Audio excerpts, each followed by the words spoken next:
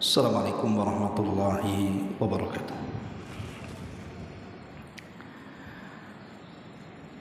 Alhamdulillah, wassalatu wassalamu ala rasulillah wa ala alihi wa sahbihi wa mawalah wa la hawla wa la quwata illa billahi wa ba'du. Alhamdulillah, segala puja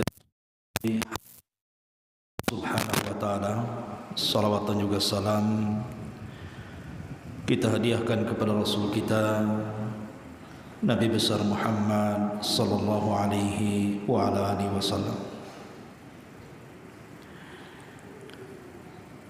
Alhamdulillah, di pagi menjelang siang ini kita masih bisa berkumpul di Masjid Nidaul Ilmi. Tak lupa salawat dan juga salam kita hadiahkan kepada Rasul kita, qudwah kita dan Nabi kita Muhammad sallallahu alaihi wa ala alihi wasallam. Pembahasan di pagi menjelang siang ini kita akan membahas tentang beberapa amalan yang akan membuat menyesal kita di akhirat kalau tidak mengamalkannya. Jadi amalan-amalan ini kelak akan menjadi penyesalan bagi kita pada hari kiamat apabila kita tidak segera melakukannya di dunia. Inilah pembahasan yang kita akan bahas di hari ini. Ma'asyiral muslimat yang dimuliakan Allah Subhanahu wa ta'ala, kita tahu bahwa kehidupan dunia ini adalah tempat berlomba-lombanya kita memperbanyak amalan saleh. Makanya di banyak ayat dalam Al-Quran Allah Subhanahu wa ta'ala mengisyaratkan akan itu. Seperti Allah menyebut dalam surah Al-Imran ayat 133, wasari'u ila maghfiratin bir rabbikum wa jannatin arduha as-samawati wal ardu uiddat lil muttaqin. Bersegeralah kalian menuju ampunan dari Rabb kalian, karena surga yang luasnya selangit dan sebumi itu diperuntukkan untuk orang-orang yang bertakwa. Dalam ayat ini Allah menyuruh kita untuk berlomba-lomba dalam kebaikan. Wasari'u ila maghfirah. Berlomba-lombalah kalian untuk mendapatkan ampunan Allah. Dan Allah juga mengatakan dalam surah Al-Hadid 21-nya, sabiqu ila maghfirati mir rabbikum wa jannatin arduha ka ardis samai wal ardi. Berlomba-lombalah kalian untuk mencapai ampunan Allah, karena surga yang luasnya seluas langit dan bumi diperuntukkan untuk mereka. Kemudian juga Allah Subhanahu wa ta'ala menyebutkan dalam surah Al-Waqiah ayat 10 sampai 11, as-sabiqun as-sabiqun ulaikal muqarrabun. As-sabiqun as-sabiqun artinya orang-orang yang mereka berlomba-lomba untuk menjadi manusia-manusia yang dekat dengan Allah Subhanahu wa ta'ala. Merekalah muqarrabun, orang yang didekatkan dengan Allah. Dan Allah Subhanahu wa ta'ala juga mengatakan dalam surah Al-Mutaffifin ayat 26, wa fi dzalika falyatanafasil mutanafisun. Karena yang demikian itulah maka berlomba-lombalah kalian orang-orang yang mengejar kebaikan. Dan Allah juga katakan fastabiqul khairat, berlomba-lombalah kalian dalam kebaikan. Dari ayat-ayat ini kita tahu bahwa kehidupan di dunia ini adalah lapangan perlombaan. Di dunia ini tempat kita berlomba-lomba. Karena orang yang lambat amalannya itu tidak bisa dikejar nasabnya. Kata Nabi SAW, man batta'a bihi amaluhu lam yusri' bihi nasabuhu. Orang kalau lambat amalnya, kata Rasul, tidak mungkin dikejar nasabnya. Walaupun nasabnya keturunan Nabi sekalipun, atau dikenal dengan Habib, Sayyid, Syarif, atau apalah namanya, yang mengaku keturunan Nabi. Kalau amalan mereka lambat, maka nasab mereka tidak mungkin mengejar amalannya. Karena yang menentukan orang masuk surga itu dengan amalannya, bukan dengan nasabnya. Makanya Nabi SAW mengatakan kepada putrinya sendiri, Fatimah, ya Fatimah binta Muhammadin salini ma syi'ti la ugni anki minallahi syai'an. Wahai Fatimah putri Muhammad, mintalah segala sesuatunya di dunia, karena di akhirat aku tidak bisa menolong engkau kecuali dengan amalannya. Lihat bagaimana Nabi SAW tidak bisa menolong Fatimah dari azab Allah, bahkan tidak bisa menolong keluarga-keluarga yang lain dari azab Allah Subhanahu wa ta'ala, kalau hanya mementingkan nasab.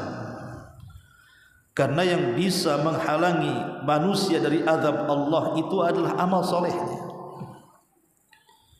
Makanya mumpung di dunia ini perbanyak amal soleh, karena nanti di akhirat kita akan dibuat menyesal akan perbuatan kita sendiri di dunia. Seperti Allah Subhanahu wa ta'ala berfirman dalam surah Fatir 37, wa hum yastarihuna fiha rabbana akhrijna na'mal salihan ghairal ladzi kunna na'mal. Mereka penduduk neraka itu menjerit-jerit kesakitan karena azab Allah. Mereka pun berdoa, ya Rabb, keluarkan kami dari neraka ini, kami akan ke dunia lagi, berikan kesempatan kami untuk beramal saleh, karena dulu banyak amal-amal saleh yang kami tinggalkan. Mulai mereka melakukan penyesalan di sini. Tapi apa jawaban Allah Subhanahu wa ta'ala? Awalam nu'ammirkum ma yatadzakkaru fihi man tadzakkar. Bukankah di dunia, kata Allah, aku sudah memberikan usia yang panjang kepadamu, dan sudah kukirim orang-orang yang akan memberikan peringatan kepadamu. Kemanakan usiamu, dan kenapa pemberi peringatan kau tidak mendengarkannya? Lihat bagaimana orang-orang yang selama di dunia itu kurang amalnya, maka mereka akan menyesal nanti pada hari kiamat dan meminta dikembalikan ke dunia. Mungkin, mustahil. Ma'asyiral muslimat yang dimuliakan Allah Subhanahu wa ta'ala, bahkan disebutkan dalam surah As-Sajdah ayat 12, Allah mengatakan, walau tara idil mujrimuna naqisu ru'usihim inda rabbihim rabbana absarna wa sami'na farji'na na'mal salihan inna muqinun. Dan kalau sekiranya engkau melihat orang-orang yang berbuat dosa itu, mereka menundukkan kepala mereka di hadapan Rabb mereka, mereka pun mengatakan, Rabb kami sudah melihat neraka, kami sudah mendengar gemuruh neraka, kembalikan kami ke dunia ya Rabb, agar kami bisa beramal saleh, dan kami sekarang yakin sekali. Lihat, ayat ini juga menggambarkan orang-orang yang banyak melakukan dosa di dunia dan sedikit melakukan amal saleh di dunia, kemudian di akhirat mereka diperlihatkan neraka, baru mereka mengatakan absarna wa sami'na, kami sudah melihat dan kami mendengar gemuruhnya. Kemudian mereka menyesal dan mengatakan farji'na na'mal salihan, kembalikan kami wahai Rabb ke dunia, kami akan beramal saleh. mungkin, mustahil. Makanya kenapa Allah Subhanahu wa taala mengatakan wa anfiqu mimma razaqnakum min qabli an ya'tiya ahadakumul maut fayaqul rabbi laula akhartani ila ajalin qarib fa asaddaqa wa akum minas salihin.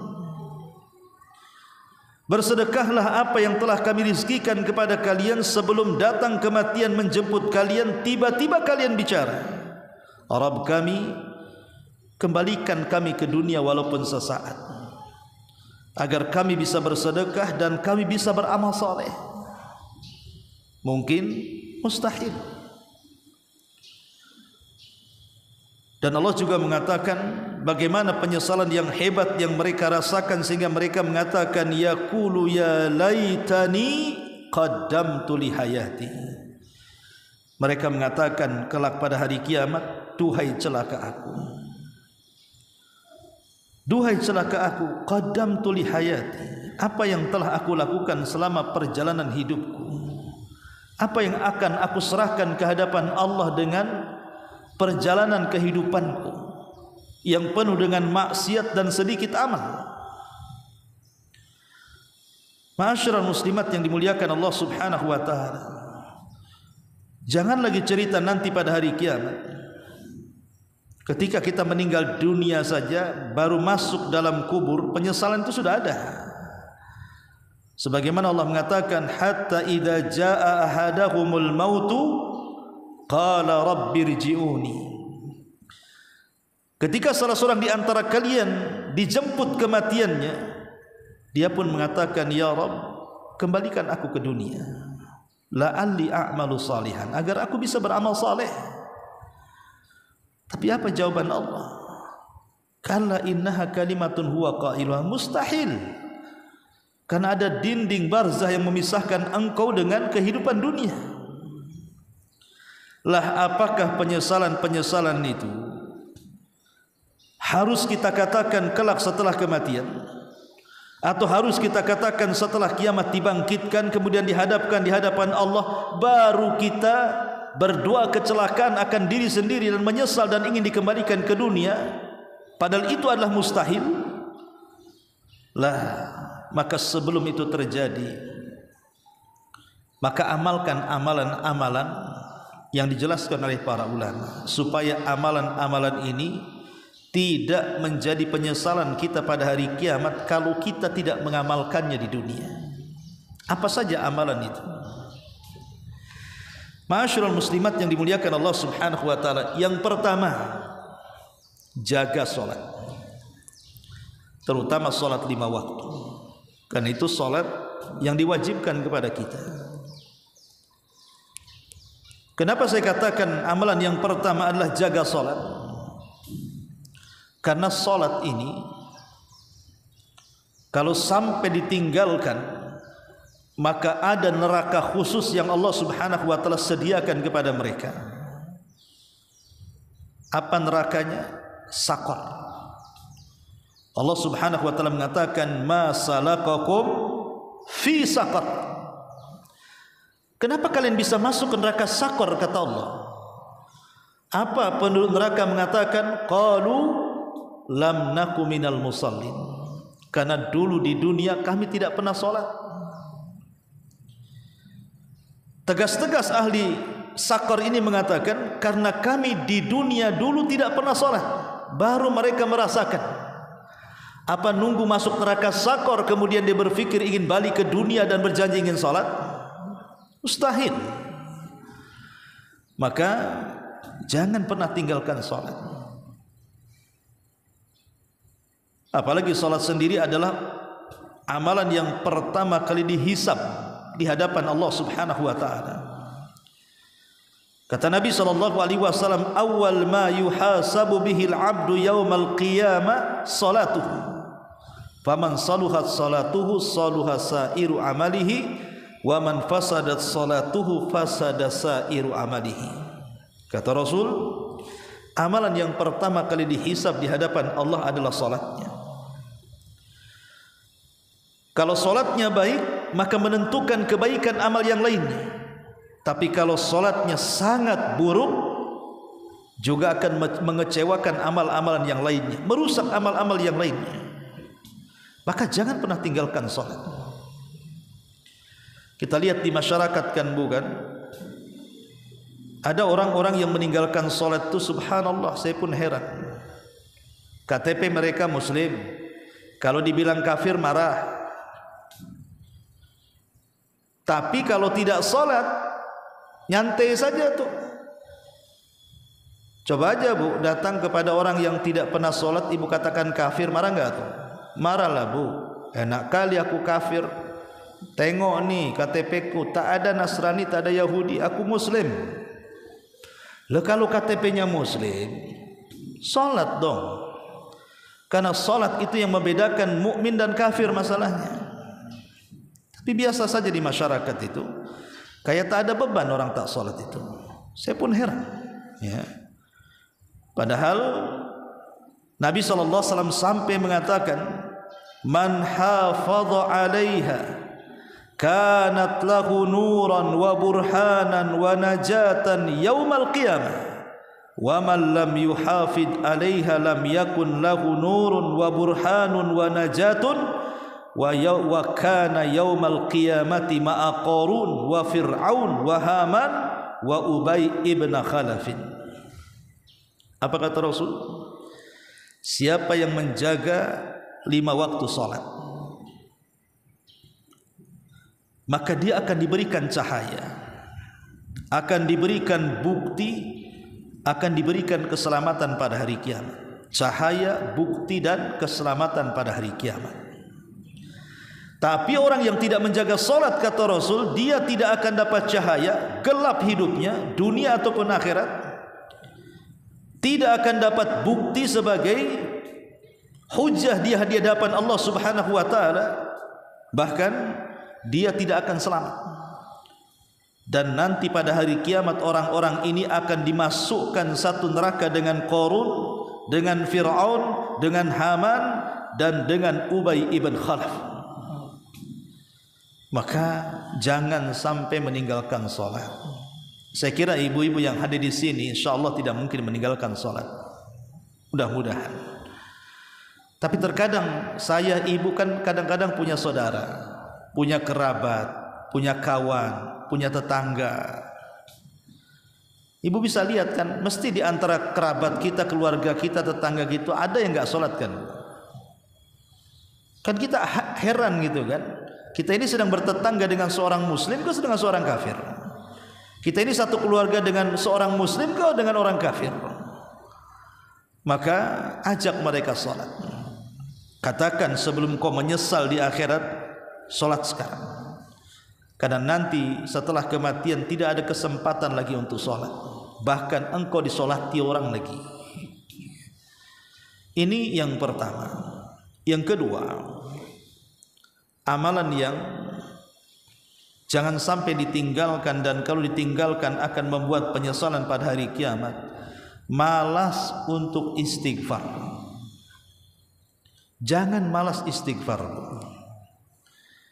Karena saya, ibu atau siapapun tidak lepas daripada dosa. Manusia itu loh, sarangnya dosa, tempatnya salah. Kalau ada orang mengatakan aku tidak pernah berbuat dosa, Ustaz, kadzab, dusta engkau.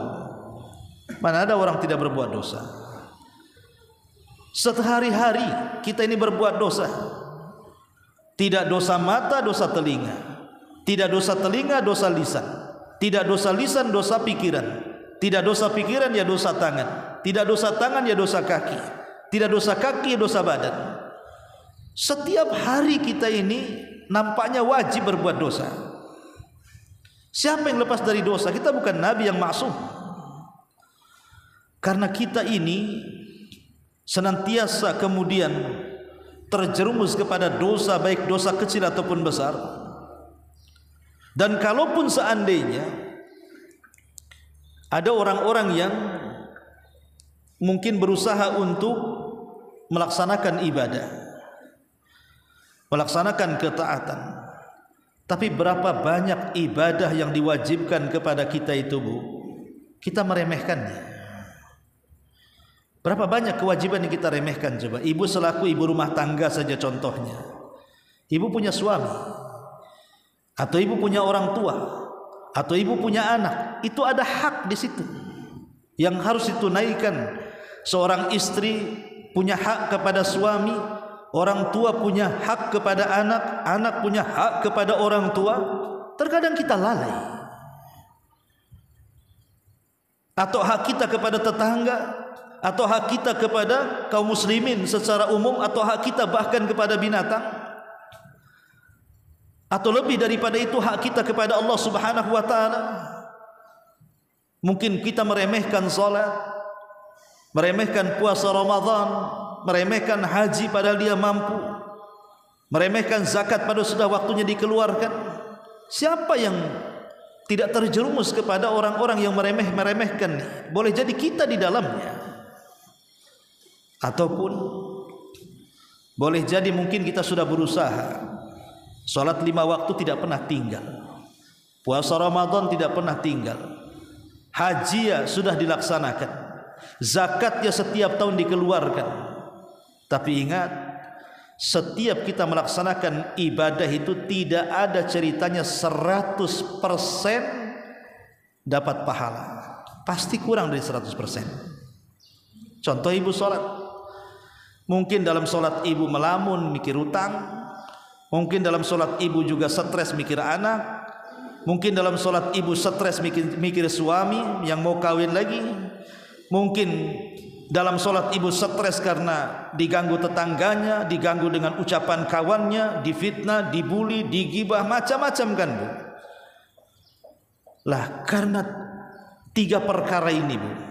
Pertama, karena kita tidak mungkin lepas daripada maksiat. Yang kedua, terkadang kita ini meninggalkan atau boleh jadi meremehkan hal-hal yang diwajibkan, atau boleh jadi kita ini tidak terlalu khusyuk dalam peribadatan.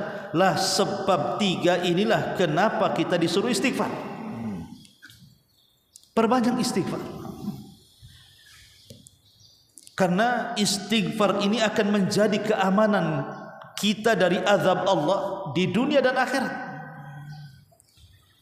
Makanya Allah Subhanahu wa taala mengatakan dalam surah Al-Anfal ayat 33 itu bu, wa ma kana Allahu liyu'adzibahum wa anta fihim wa ma kana Allahu mu'adzibahum wa hum yastaghfirun. Allah tidak akan mengazab mereka wahai Muhammad kalau engkau masih hidup di tengah-tengah mereka, dan Allah tidak akan mengazab mereka selama mereka mengumandangkan istighfar, selama mereka menggempur dosa dengan istighfar. Poin yang pertama mustahil, karena Rasul sudah meninggal. Artinya keamanan yang pertama sudah hilang pada diri kita. Tapi ada keamanan yang kedua, bahwa Allah tidak akan mengadab sebuah kaum selama lisan mereka banyak istighfar. Menunjukkan bahwa istighfar itu akan mengamankan kita dari berbagai macam musibah. Orang yang banyak istighfar itu akan sedikit musibahnya. Kalaupun ada musibah itu dalam rangka mengangkat derajatnya. Makanya nanti pada hari kiamat bu, ada orang-orang yang menyesal, sangat menyesal, ketika melihat catatannya tidak banyak dia beristighfar, ketika melihat catatan temannya rupanya penuh dengan istighfar. Makanya Rasul mengatakan, tuba liman wajada fi sahifatihi istighfaran katsira. Beruntunglah kata Rasul bagi orang yang mendapatkan dalam catatannya kelak pada hari kiamat dipenuhi dengan bacaan-bacaan istighfar. Beruntung mereka.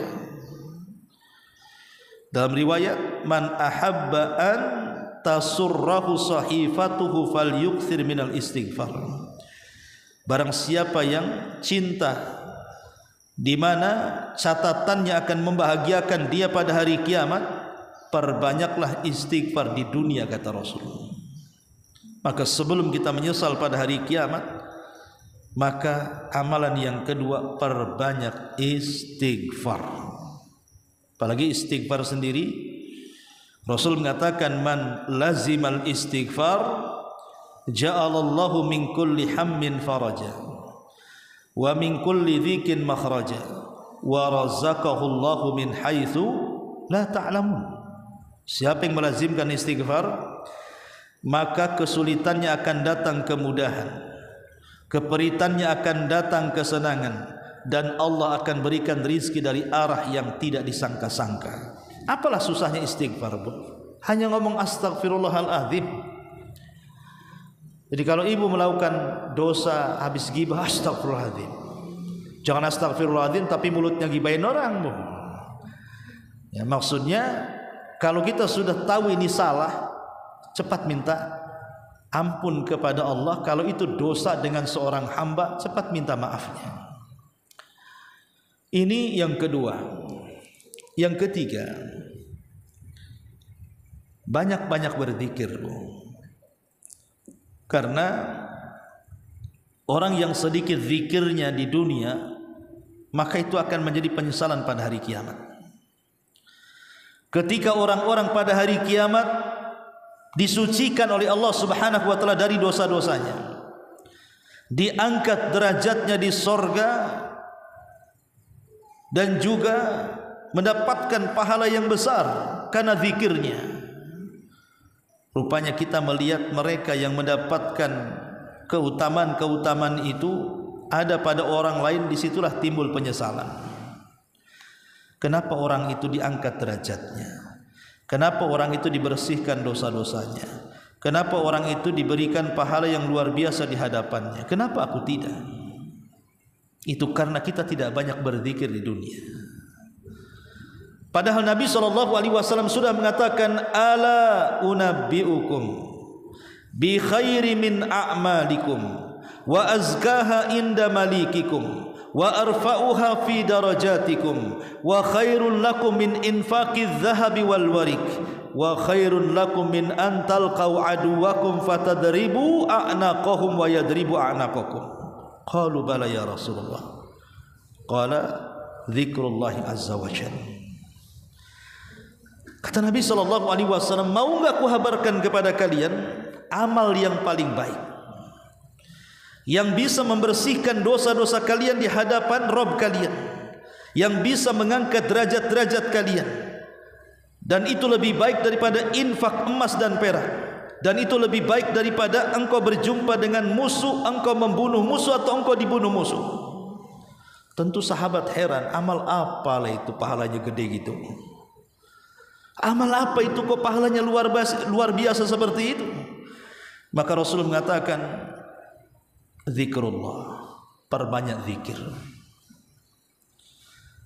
Zikir ini, Bu, bukan amalan sulit, bukan kayak ngaji kayak gini kan, Ibu ya, dari rumah nunggu jam 10, tahu-tahu sudah jam 10 tak datang juga, molor akhirnya 10.05, ujung-ujungnya ngajinya setengah 11. Kan ada waktunya, Bu. Zikir enggak seperti orang ngaji.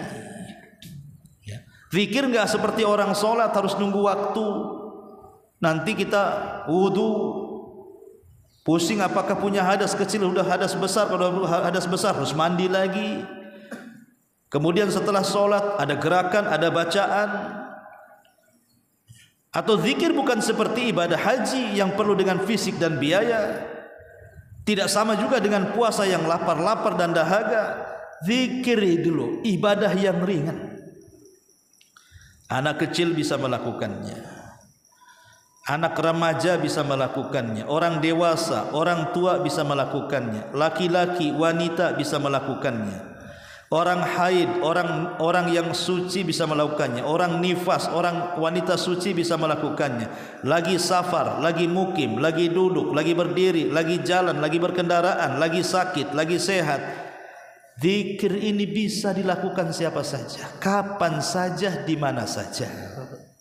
Cukup gerakan lisan kita itu sudah zikir, dengan bertasbih, bertahlil, bertakbir, bertahmid, dan begitu seterusnya. Makanya di zaman Rasul ada sahabat Abdullah ibn Busr radhiyallahu anhu, dia mengatakan, ada seorang laki-laki menghadap Rasul dan mengatakan, inna syara'i al-Islam qad kathurat alayya ya Rasulullah, fa akhbirni bi syai'in atashabbas bihi. Qala la yazalu lisanuka radban min dzikrillah. Ada seorang laki-laki di zaman Rasul. Dia mengatakan, Rasul, syariat Islam yang diperintahkan kepadaku banyak kalilah, aku harus begini, harus begini, harus begini, banyak kalilah syariat Islam yang sudah numpuk yang harus aku lakukan ini, wahai Rasul. Maka kata Nabi SAW ketika ditanya oleh sahabat ini, kalau gitu habarkan kepadaku dengan sesuatu yang bisa aku istiqomah melakukannya, karena ibadah itu banyak, selain yang wajib itu kan banyak, Bu. Ada sedekah, ada silaturahim, ada baca Quran, ya kan, Bu, ada dakwah, ada mencari ilmu, macam-macam ibadah selain ibadah wajib itu. Orang ini mengatakan, ya Rasulullah, habarkan kepadaku satu ibadah yang aku bisa istiqomah, yang aku bisa kerjakan baik ketika duduk, ketika berdiri, ketika berlari, ketika berjalan, yang bisa dikerjakan ketika sakit, ketika sembuh, yang aku bisa kerjakan ketika mukim, ketika safar, yang semua orang bisa lakukan, anak kecil, orang dewasa, laki-laki, perempuan. Apalah ibadah itu, wahai Rasul? Apa kata Nabi SAW? La yazalu lisanuka ratban min dzikrillah. Kalau bisa lisanmu basahi dengan zikir. Itulah ibadah yang bisa istiqomah di situ. Karena tidak ada pembatas waktu, pembatas tempat, pembatas keadaan. Zikir itu bisa dilakukan kapan saja. Ibadah ringan, tapi kalau tidak banyak dikerjakan di dunia akan menjadi penyesalan pada hari kiamat. Mana hadisnya? Hadis Abu Hurairah radhiyallahu anhu. Nabi SAW mengatakan, man qa'ada maq'adan lam yadhkurillaha ta'ala fihi kanat alaihi minallahi tirah wa man ittaja'a mudji'an la yadhkurullaha fihi kana alaihi minallahi tiratun. Siapa yang duduk, ya duduk di mana saja, kadang-kadang ibu duduk di rumah, duduk sama kawan, duduk di pengajian, ya pokoknya duduk di mana aja lah. Siapa yang duduk bermajlis gitu ya, kok dia tidak berzikir dalam duduknya itu? Paman ibu lagi ngantri nih, ibu lagi ngurus KTP, ngantri di Disduk, ibu lagi ke bank, ngantri antrian, ibu lagi ke pasar, ngantrilah antrian. Kan sering ibu kejebak antrian kan? Nggak mungkin ibu tidak pernah kejebak antrian, pasti kejebak, entah di kantor, entah di kantor pemerintahan, ya pasti itu. Lah itu kan bisa kita manfaatkan untuk berzikir kan, Bu. Makanya Rasul mengatakan, siapa yang duduk kemudian dia tidak menyebut nama Allah di dalamnya, maka dia akan mendapatkan penyesalan di hadapan Allah. Siapa yang berbaring dan tidak berzikir kepada Allah, maka dia pun akan mendapat penyesalan di hadapan Allah. Dia akan menyesal nanti pada hari kiamat di hadapan Allah. Kenapa aku tidak banyak berzikir? Padahal zikir itu ibadah yang paling mudah. Ibu jalan kaki dari sini ke rumah pun bisalah 100-200 kali mengucapkan subhanallah, mengucapkan alhamdulillah, mengucapkan la haula wala quwata illa billah, dan zikir-zikir yang lainnya. Ya, ini yang ketiga. Yang keempat, Al-Quran. Al-Quran ini kalau tidak dibaca dan dipelajari dan diamalkan, nanti pada hari kiamat akan menjadi penyesalan. Nabi SAW mengatakan dalam sebuah hadis, kata Nabi SAW, iqra'ul Qur'ana fa innahu ya'ti yaumal qiyamati syafi'an li ashabi.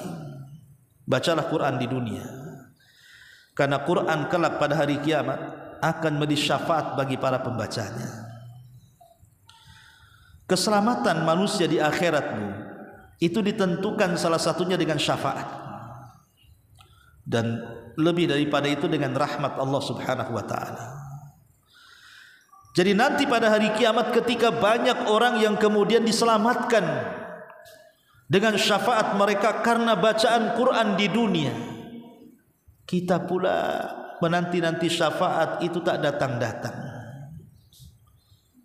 Apakah kita menunggu tidak datang syafaat pada hari kiamat? Maka sebelum itu terjadi, ini kesempatan kita. Ibu ketika membaca Quran, bayangkan bahwa Quran ini akan menolong ibu pada hari kiamat. Ibu ketika membaca Quran, bayangkan kalau Quran ini kelak akan jadi syafaat kita pada hari kiamat, supaya makin semangat bacanya. Quran itu bukan rutinitas dibaca yang tidak ada pahalanya. Quran ini bukan hanya sekadar identitas kita seorang muslim, kalau tidak bisa membaca Quran kemudian dikatakan orang kafir. Enggak. Lebih daripada itu, Quran itu diturunkan memang untuk diibadahi bacaannya, tetapi pada dasarnya Quran itulah yang akan kita jadikan hujah di hadapan Allah untuk keselamatan kita. Karena dia akan datang jadi syafaat pada hari kiamat. Bahkan bukan hanya itu, Quran ini yang akan mengangkat derajat kita di sorga. Nabi SAW mengatakan, qala Allahu li sahibil Quran, iqra wartaq warattil kama kunta turattil fid dunya fa inna manzilataka inda akhiri ayatin taqra'uha. Kata Rasul, bacalah Quran, naik. Artinya pada hari kiamat Allah akan memanggil orang-orang yang suka baca Quran, dikumpulkan oleh Allah. Kemudian Allah Subhanahu wa taala akan mengatakan kepada mereka di sorga, naik, terbanglah setinggi mungkin, ambil pilihan tingkatan-tingkatanmu, karena akhir daripada tingkatanmu di sorga sebagaimana akhir ayat yang kau baca di dunia. Maknanya semakin banyak membaca Quran di dunia, semakin tinggi tingkatannya di sorga. Maka bacalah Quran, bu, entah sehari selembar, setengah lembar, jadilah. Habis subuh, habis asar, malam, kan? Entah dari mushaf, entah dari hafalan, bacalah Quran. Ini yang keempat. Yang kelima, sedekah. Ibu jangan bakhil bersedekah, karena ayat-ayat yang tadi saya baca di muqaddimah, di antara penyesalan manusia pada hari kiamat ketika mereka tidak banyak bersedekah di dunia. Sehingga Allah Subhanahu wa taala mengatakan, Rabbi laula akhartani ila ajalin qarib la asaddaqa wa akum minas salihin. Ya Rabb, kalau kau hidupkan aku sesaat ke dunia, maka yang pertama kali kulakukan adalah sedekah. Jadi cita-citanya penduduk kubur, bu, kalau seandainya mereka bangkit ke dunia, yang pertama kali yang mereka lakukan itu sedekah. Dan subhanallah, setiap pagi Allah itu mengirim 2 malaikat, bu.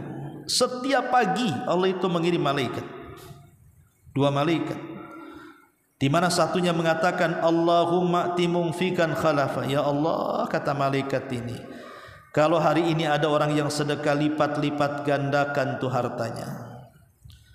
Malaikat satunya mengatakan Allahumma timumsikan talafa. Ya Allah, tahanlah tuh rizkinya si bakhil-bakhil itu, jangan sampai dikembangkan hartanya, jangan sampai diberikan berkah hartanya. Subhanallah, tiap pagi loh malaikat didoakan, mendoakan kita.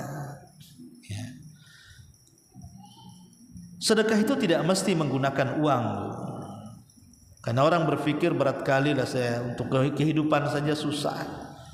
Cemana saya mau bantu masjid, mau bantu ini, mau bantu anak yatim, fakir miskin, kayaknya susah. Sedekah kan tidak mesti dengan uang. Ibu melatih mengucapkan kalimat santun, menghilangkan kalimat-kalimat kasar dalam bicara, mengganti mufradat, mengganti diksi kata. Mungkin yang terbiasa mengucapkan kalimat-kalimat jorok berhenti, menggunakan kalimat-kalimat kasar di stop. Mulailah dia mencari bahasa-bahasa santun yang enak didengar. Rasul mengatakan al-kalimatu thayyibatu shadaqah. Lontaran ucapan yang indah, yang santun itu sedekah juga. Ya, sedekah. Karena sekarang ini banyak orang-orang yang kadang-kadang lisannya itu justru digunakan untuk menggibah, membicarakan saudaranya yang belum tentu terjadi pada saudaranya. Kalau terjadi ghibah, kalau tidak terjadi dusta tuh. Dua-duanya salah. Kalau kita membicarakan saudara kita, seandainya tidak benar itu sebuah kedustaan, seandainya benar itu sebuah ghibah. Enggak usahlah kita ini mikir kesalahan orang. Kesalahan kita sudah banyak, ngapain pula bicara orang? Boleh jadi orang yang kita bicarakan itu jauh lebih baik dibandingkan kita yang berbicara soal dia. Atau yang kita bicarakan itu dia punya amal yang tidak tahu, yang dia amalkan dengan ikhlas kepada Allah, sementara kita tidak punya. Kita hanya melihat dohirnya saja, dia orang jelek, atau kata orang dia begini, rahasia orang tidak ada yang tahu. Boleh jadi nampak dohirnya jahat, rupanya dia punya amalan yang ikhlas, dia pula lebih baik di hadapan Allah dibandingkan kita yang dohirnya baik. Karena amalan itu yang menilai Allah. Maka biasakan kalau bicara itu yang santun, yang sopan, jaga lisan, jangan gibah, jangan namimah, jangan mengadu domba, jangan jadi kompor 25 kilo dan begitu seterusnya. Ya. Jadi sedekah tidak mesti harta, ucapan yang baik. Bahkan senyuman saja, senyuman. Makanya saya sering nasihati ibu kalau di pengajian, ya sesama akhwat, bukalah cadar itu supaya nampak wajahnya. Nanti LGBT pula yang masuk. Ya, kan ada yang ketangkap tuh Bu, laki-laki pakai cadar rupanya. Ya kalau di pengajian yang pakai cadar buka, kan ada tabirnya, sesama ibu aja yang memandang. Nanti supaya ibu tahu si anu tukang senyum, si anu itu jarang senyum, si anu giginya gigi keret katanya.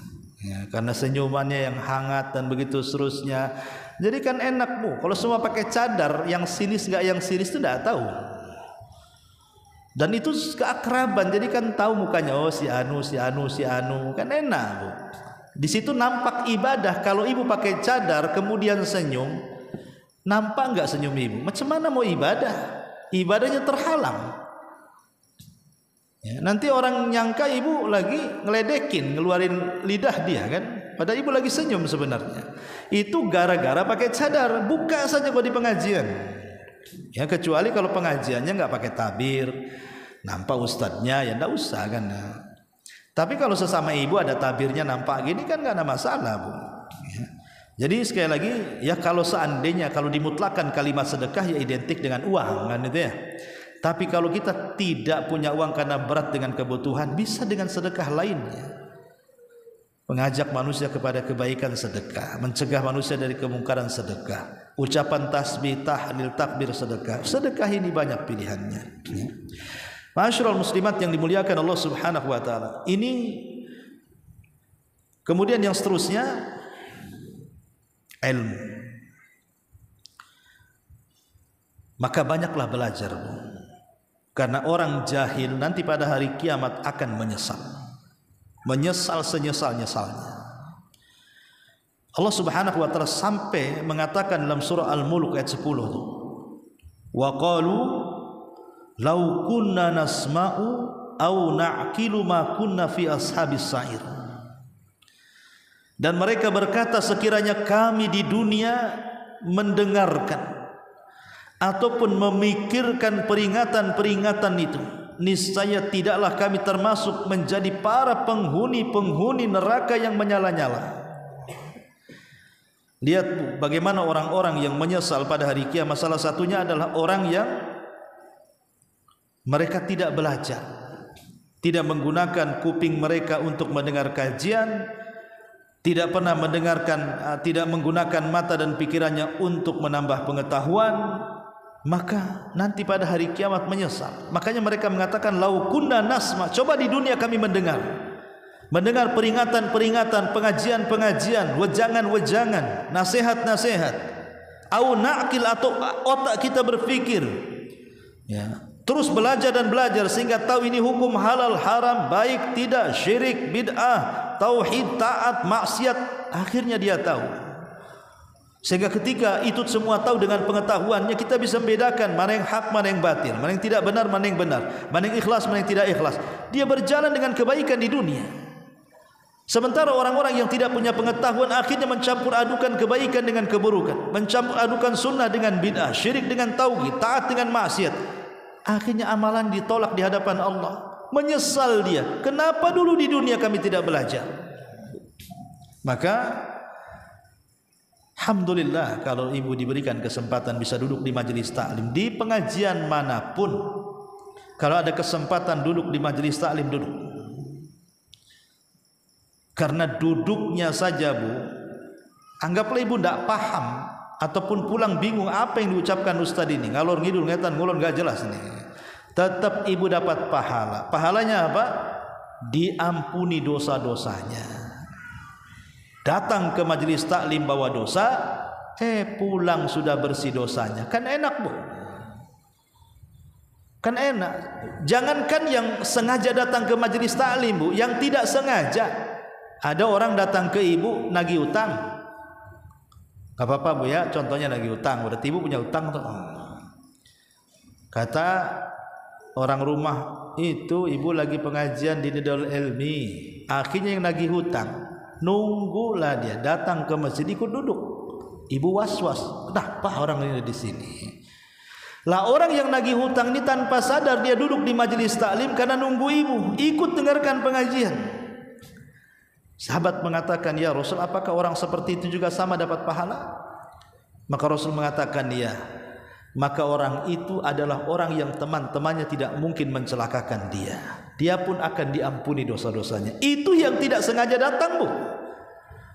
Apalagi yang sengaja datang, memang ingin datang ke pengajian, man salaka tariqan yaltamisu fihi ilman sahhalallahu bihi tariqan ilal jannah. Siapa yang melangkahkan kakinya menuju tempat kajian dalam rangka mencari ilmu agama, Allah mudahkan jalannya ke surga. Maka jangan malas belajar. Alhamdulillah Allah mudahkan sekarang lewat YouTube. Ya, bisalah kita belajar lewat YouTube. Ustaz-ustaz sudah banyak yang live di YouTube, lewat Facebook, lewat Instagram, lewat TikTok. Ya, ini mah lain. Yang dipegang handphone drakor yang ditonton, yang dipegang handphone TikTok orang joget-joget yang ditonton, atau shot yang lucu-lucu ibu ketawa sendiri kayak orang gila. Ya, kadang aneh-aneh orang yang diberikan kemudahan belajar, mah yang lain pula kemudian dipakai. Maka gunakanlah nikmat Allah itu, jangan sampai Allah sindir. Fabi ayyi ala'i rabbikuma tukadziban. Nikmat mana lagi yang akan kudustakan? Allah sudah mudahkan semuanya. Ya. Dan yang terakhir, karena waktu juga, adalah berdakwah. Dakwah itu bukan hanya tugas ustaz seperti saya begini nyampaikan nasihat, tidak. Dakwah itu kewajiban semua orang, termasuk ibu. Mengajak manusia kepada kebaikan, mencegah manusia dari keburukan, tanggung jawab semua orang. Minimalnya lingkup yang paling kecil dalam keluarga lah kan. Ibu nasihati anak ya untuk sholat, nasihati anak suruh ngaji supaya jadi anak soleh, mencegah anak jangan sampai kena mabuk, kena narkoba, kena pergaulan bebas. Pokoknya yang positif-positif itu juga bagian daripada dakwah kan, Bu. Atau ngajak tetangga ke majelis ilmu, itu bagian daripada dakwah. Jadi kalau bisa, apalagi sekarang kan di handphone ibu sudah, masing-masing ibu sudah pegang handphone, ada yang punya 2, ada yang punya 3, yang punya 5 bingung tuh pegangnya. Lah ini kalau memang ibu bisa manfaatkan untuk dakwah kan bisa, Bu. Ibu mamanya nulis status yang bagus-bagus gitu ya, copy paste jadilah ya. Tapi referensinya harus dicantumkan. Jangan pula tulisan orang di situ tulisan dikasih nama ibu pula dibawa, kayak hebat aja ibu tuh. Padahal kopas itu ya. Ya dicantumkan di situ. Ini ustadz ini yang ngomong, atau syekh ini fatwanya syekh ini, sebar kan itu ya. Tapi yang sohe-sohe, jangan yang hoak-hoak pula disebarkan. Jadi itu bagian daripada dakwah coba. Dan ini nanti akan bermanfaat kelak pada hari kiamat. Sekarang contoh saja, Bu. Contoh yang mudah ya, ibu nulis status di Facebook atau di apalah pokoknya di medsos, nyebarkan video ustadz-ustadz kita. Ada orang awam baca atau dengar, tahu-tahu dapat hidayah. Ketika kita menyebarkan sebuah dakwah, yang nonton kita atau yang copy paste kita itu entah berapa ribu, Kita tidak tahu siapa mereka yang menerima atau yang tersentuh dengan kata-kata kita atau dengan ucapan kita, akhirnya dia sadar. Coba bayangkan, tanpa sadar kita sudah menabung dengan tabungan yang sangat banyak sekali. Karena bagaimanapun dakwah itu multi level pahala, Bu. Semakin orang yang kita dakwahi sadar, semakin banyak pahala kita. Dan mereka, orang-orang yang didakwahi dan dapat hidayah itu, kelak akan jadi syafaat kita juga kalau mereka jadi orang soleh, Bu. Mereka akan memberikan doa-doa terbaik untuk kita yang menyadarkan mereka. Makanya ya setiap hari kalau bisa berdakwah, ya menasihati keluarga, tetangga, kawan, atau nge-share atau apa gitu ya.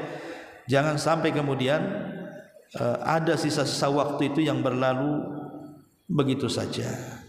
Karena bagaimanapun Allah mengatakan, wa man ahsanu qaulan mimman da'a ilallahi wa amila salihan wa qala innani minal muslimin. Siapa lagi ucapan yang lebih indah dibandingkan orang yang mengajak ke jalan Allah dan beramal saleh dan mengatakan saya seorang muslim.